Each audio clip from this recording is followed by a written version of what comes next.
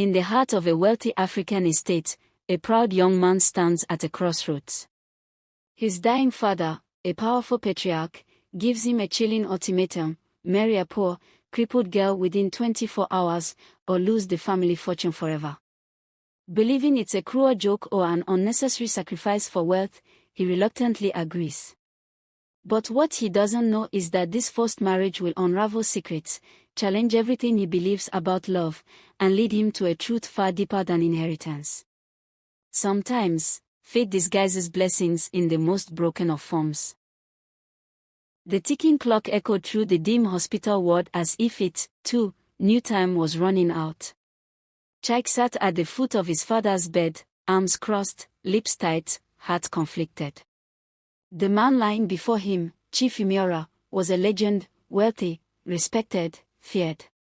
But now, cancer had made him frail, skin clinging to bone, his once commanding voice reduced to a rasp.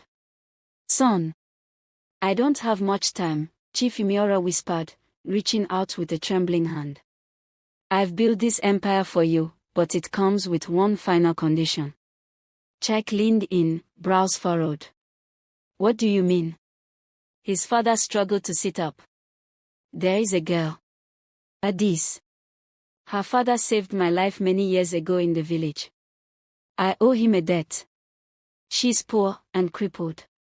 Her legs were damaged in a fire when she was a child. She can't walk. She lives in Abolo." Chike frowned in disbelief. His father continued, "I made a vow to care for her like my own. You must marry her within the next 24 hours. If you do, the inheritance, the estate, all becomes yours.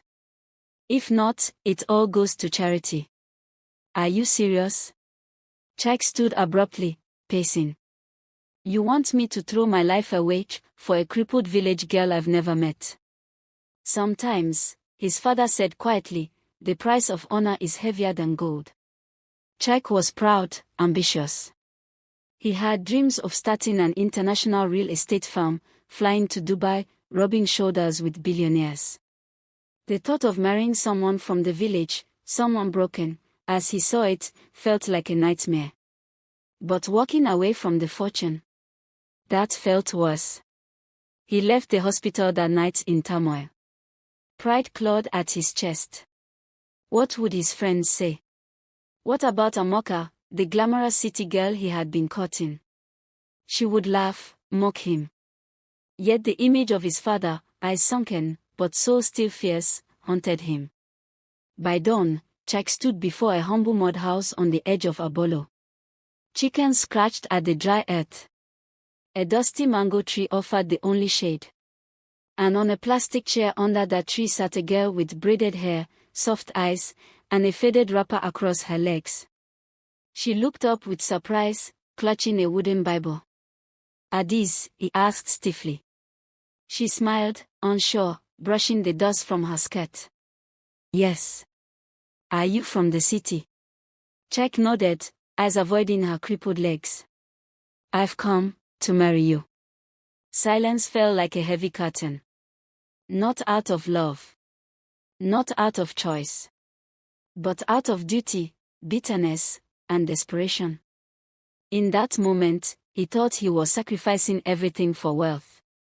He had no idea that the real fortune was sitting right in front of him. The church was almost empty. Not for lack of seating, but for lack of joy. Chike stood at the altar, his face carved from stone, dressed in a designer suit that felt like a costume. Beside him, Adis wore a borrowed white gown, 2 sizes too big, and her wheelchair was decorated with wilting village flowers. Her hands trembled slightly as she held a small bouquet, yet her eyes, calm and unwavering, remained fixed ahead. Father Benedict cleared his throat and began the vows. Chike barely heard the words. His mind swirled with embarrassment and regret. He imagined the whispers from his friends in Lagos, Chike the Prince of Enugu, marrying a cripple from the bush. The thought made him sick. Adis spoke her vows softly, with grace, without hesitation. But when it was his turn, Chike paused. A flicker of doubt gripped his chest. Then he looked up, and saw his father standing in the doorway of the church, held upright by two nurses. Pale, skeletal, yet still proud. Watching. Waiting. Jack clenched his fist, pushed the words from his mouth, "I do." And just like that, they were married. That night, in the small guest room of the compound where Adiz lived with her aged aunt, Jack refused to look at her. He dropped his bags, took off his shoes, and sat on the edge of the bed. "I hope you understand," he said coldly, "this is just business. I don't expect anything from you. Don't expect anything from me." Adiz nodded. "I understand, Jack. I'm not here to force love." Her voice was calm. Too calm. It annoyed him. "Why are you not angry?" he snapped. "You're being forced into this too. You don't know me." She looked at him and said gently, "I may be crippled in body, but I'm not crippled in heart. I've prayed for peace all my life. If God gave me a husband in this storm, I won't curse the rain." Her words silenced him. The following days were awkward. Jack spent his time on calls, trying to make arrangements to return to Lagos.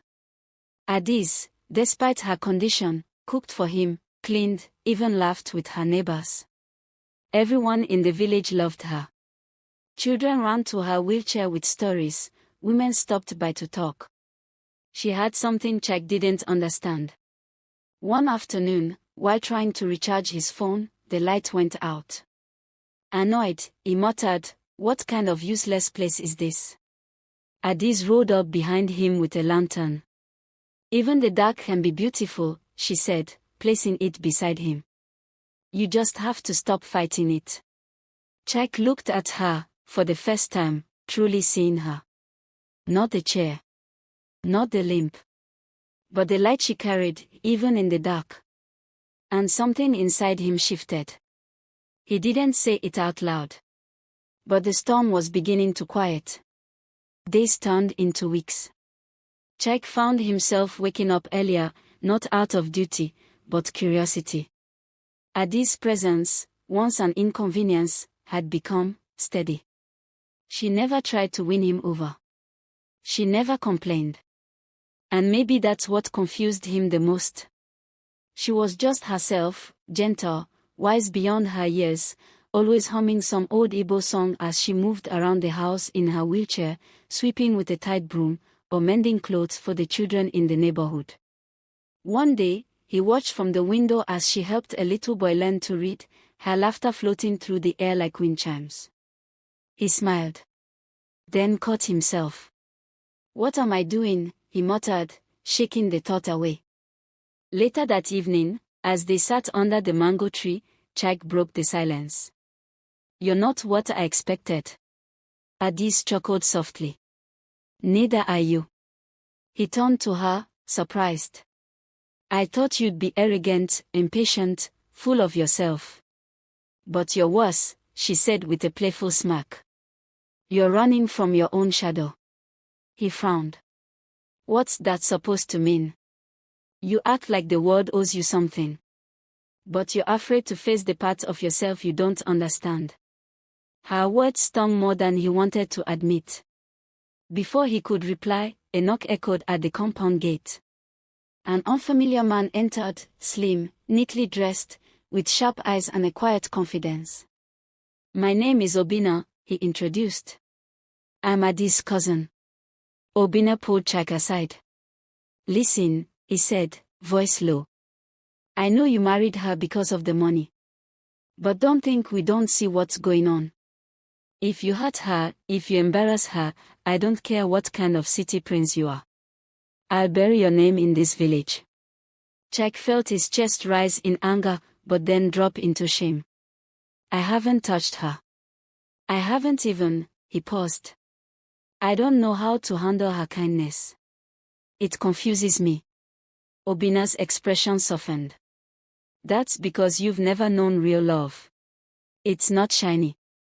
It doesn't scream for attention. It just is." Later that night, Jack sat on the front step, staring at the stars. For the first time in years, he thought about his mother, how she died in a car crash when he was just a boy, how his father buried his grief in business and wealth. No wonder Chike grew up learning to love with conditions. He looked back at the small room where Adis now slept. A poor girl. A crippled girl. Yet somehow, richer than everyone he knew. The next morning, Chike wheeled her to the riverside. The fog was thick, the path quiet. "I need to ask you something," he said. Adis turned. "Why did you say yes? Why did you agree to marry a stranger like me, under such strange terms?" Her eyes glistened with unshed tears. "Because your father begged me," she said. "He came here on his knees. He said he wanted to save you before he died." Chike froze. "What?" She nodded. This marriage was never about money. It was about redemption.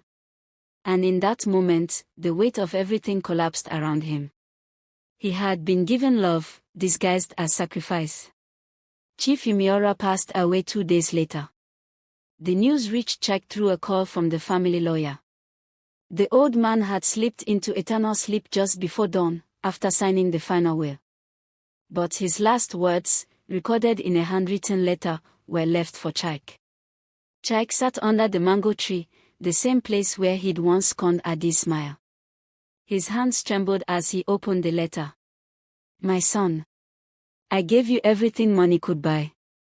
But what I feared most was leaving you with nothing money could teach. That is why I gave you Adis. She is not your punishment. She is your mirror. Learn from her, or you will remain rich in the world's eyes and bankrupt in your soul. Your father." Tears blurred the words as Chike folded the letter. Adis found him sitting silently in the yard. She didn't ask questions. She just wheeled herself beside him and placed her hand on his. That night, Chike made a decision.